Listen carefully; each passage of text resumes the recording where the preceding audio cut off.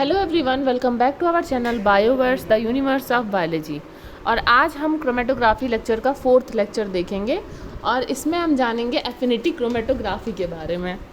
Affinity chromatography से पहले जो मैंने लेक्चर्स डाले हैं आपके, जो क्रोमेटोग्राफी के प्रिंसिपल्स, क्लासिफिकेशंस, और इससे पहले हमने डिस्कस किया था साइज एक्सक्लूजन क्रोमेटोग्राफी और एब्जॉर्प्शन क्रोमेटोग्राफी। उसके नोट्स भी ऑलरेडी चैनल पर हैं वीडियोस के साथ, तो आप उन्हें पहले देख लीजिए, फिर आप एफिनिटी क्रोमेटोग्राफी पर आइए।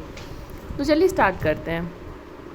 जैसा कि नाम से क्लियर है, यहाँ पे एफिनिटी ये जो फेनोमेना होता है, किसी के प्रति ज़्यादा झुकाव, ये एफिनिटी जो है इसके बेसिस पे हम क्रोमेटोग्राफिकल सेपरेशन करते हैं। मतलब कि कितनी ज़्यादा एफिनिटी है, इसका इस्तेमाल करके हम सेपरेट करेंगे मॉलिक्यूल को। ठीक है। Enable separation of biomolecule with respect to biological function और इंडिविजुअल केमिकल स्ट्रक्चर। अब देखिए, जो एफिनिटी रहती है वो या तो फंक्शन के बेसिस पे होगी या तो स्ट्रक्चर के बेसिस पे होगी। ठीक है। स्पेसिफिसिटी मतलब पहले आप एफिनिटी समझिए। जैसे मान लीजिए अगर एक पजल का एक टुकड़ा है, ठीक है, और उसके साथ आपको लगाना है एक पजल का टुकड़ा है ये, 1 सेकेंड, सपोज करिए एक पजल का टुकड़ा है ये, ठीक है, और वहीं पर एक और टुकड़ा है जो कि ऐसा है और एक टुकड़ा ऐसा है। आपको क्या लगता है इस पजल के टुकड़े के लिए कौन सी शेप ज़्यादा बेटर होगी, ये शेप या ये शेप? तो हमारा जवाब होगा कि हाँ, इस पजल के टुकड़े की एफिनिटी इस वाले पजल से ज़्यादा है क्योंकि इसके साथ अच्छे से बाइंड कर सकता है। ठीक है। सब्सटेंस ऑफ इंटरेस्ट जो होगा रिवर्सिबली एड्जॉर्ब्ड होगा एक लिगेंड से। ठीक है। लिगेंड मतलब जो बाइंडिंग सब्सटेंस है उससे रिवर्सली एड्जॉर्ब होगा। एड्जॉर्ब का फेनोमेना मैंने पहले एक्सप्लेन कर दिया है। और रिवर्सिबल मतलब आप समझिए कि जुड़कर फिर तुरंत मतलब उससे अलग भी हो जाएगा। ठीक है। Ligand is immobilized by a covalent bond. अब यहाँ पे इमोबिलाइजेशन मतलब क्या होता है? मोबाइल मतलब होता है चलना।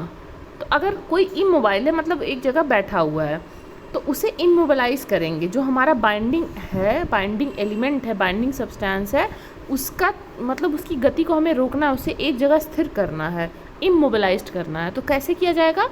कोवेलेंट बॉन्ड की मदद से। ठीक है। एक क्रोमेटोग्राफिक बेड के मटेरियल पे हम उसे इमोबिलाइज्ड करते हैं। ठीक है। मतलब जैसे क्रोमेटोग्राफिक आपका बेड है, इस पे आपने उस मटेरियल को इमोबिलाइज कर दिया, मतलब सिंपली रख दिया या फिर रोक दिया वहाँ पर। ठीक है। Unwanted samples are washed away. Unwanted sample wash away हो गया। ठीक है। Recovery of substance of interest can be achieved by changing experimental condition for favour desorption. फिर जब आपका काम हो गया तो आप फिर से मतलब डिसॉर्प्शन करवा देंगे। इसका बहुत ही अच्छा एग्जांपल मैं आपको दूंगी। आप एक बात सपोज करिए, समझ लीजिए एक मैग्नेटिक, ठीक है, एक मैग्नेटिक आपके पास कोई ऐसे स्ट्रिप है, मैग्नेटिक स्ट्रिप है। ठीक है। मैग्नेटिक स्ट्रिप है और आपके पास एक यहाँ पर मतलब एक बास्केट में आपके पास बहुत तरह के मटेरियल हैं, बहुत तरह के मटेरियल, मिक्सचर ऑफ मटेरियल है, मिक्सचर ऑफ मटेरियल। इसमें प्लास्टिक भी है, ग्लास वेयर भी है, ठीक है, और इसमें आपका आयरन भी है, ये बात याद रखिएगा, मेटल्स भी हैं इसमें। ठीक है। अब अगर आप इस पूरे मिक्सचर को इससे रन करवाओगे, ठीक है, इसके ऊपर आप फेंक दोगे, इसके ऊपर आप फेंक दोगे और फिर झाड़ दोगे, तो आपको क्या लगता है जो आयरन मटेरियल है वो कहाँ जाएंगे? वो इस मैग्नेटिक स्ट्रिप पे चिपक जाएंगे और बाकी सारी चीज़ें नीचे हो जाएंगी।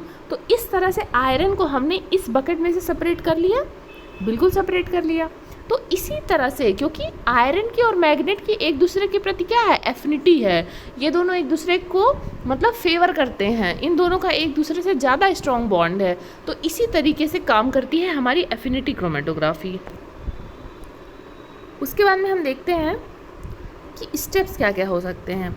सबसे पहले एक एप्रोप्रिएट लिगेंड आपको चूज़ करना पड़ेगा, मतलब किसके लिए क्या स्पेसिफिक होगा, क्या एफिनिटी किसकी हाई होगी, ये आपको डिसाइड करना पड़ेगा। अब लोहे के लिए आप मैग्नेट ले रहे हो, ये बात आपको पता होनी चाहिए ना। अब आप मैग्नेट के लिए प्लास्टिक तो नहीं ले लोगे। अगर प्लास्टिक ले लोगे एफिनिटी दिखाने के लिए तो फिर आपका एक्सपेरिमेंट फेल हो जाएगा। ठीक है। या आपका जो मतलब एम है वो नहीं सक्सेसफुल हो पाएगा सेपरेट करने का।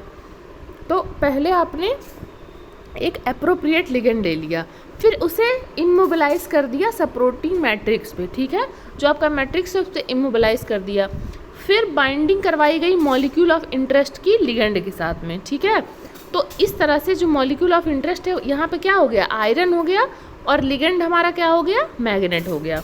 जब मैग्नेट आयरन से जुड़ेगा तो क्या हो जाएगा, जो नॉन स्पेसिफिक बाउंड मॉलिक्यूल हैं वो रिमूव हो जाएंगे, प्लास्टिक हुआ या जो भी चीज़ें जो कि आयरन नहीं है या जो हमारा मॉलिक्यूल ऑफ इंटरेस्ट नहीं है वो सब वहाँ से हट जाएंगी, और उसके बाद में सिर्फ वहाँ पर हमारा मॉलिक्यूल ऑफ इंटरेस्ट बचेगा। उसके बाद हम मतलब जो एफिनिटी है उसको कम करके उसको इल्यूट आउट करवा लेंगे, ठीक है, प्यूरिफाइड फॉर्म में। इस तरह से प्यूरिफिकेशन हो जाएगा, ठीक है। अब हमें ये भी देखना है कि किसके लिए क्या स्पेसिफिक है, ये भी बहुत इंपॉर्टेंट है। तो यहाँ देखिए आप, अब ये कुछ स्पेसिफिक चीज़ें हैं जिसका हम इस्तेमाल कर सकते हैं। ये लिगेंड है और ये इसका टारगेट मॉलिक्यूल है। अगर कोई एंजाइम है तो आप चाहे उसका इनहिबिटर लगा दीजिए, कोफैक्टर लगा दीजिए, सबस्ट्रेट लगा दीजिए, तो वो एंजाइम को पहचान जाएगा, ठीक है। उसी तरह से एंटीबॉडी के लिए एंटीजन स्पेसिफिक होता है। एविडिन एक प्रोटीन है, उसके लिए बायोटिन प्रोटीन जो है स्पेसिफिक होता है। और पॉली ए मतलब कि एडेनोसिन का टेल जो होता है उसके लिए आरएनए का यूरेसिल टेल भी एक तरह से स्पेसिफिक होता है। तो ये एग्जांपल्स हो गए स्पेसिफिक के, या फिर एक ऐसे सब्सटेंस की जिसकी एक दूसरे के लिए हाई एफिनिटी है। तो यही था आपका एफिनिटी क्रोमेटोग्राफी। आई होप आपको लेक्चर समझ में आया होगा। कोई भी डाउट हो तो कमेंट सेक्शन में पूछिएगा, और तब तक के लिए पढ़ते रहिए, बढ़ते रहिए। Thank you.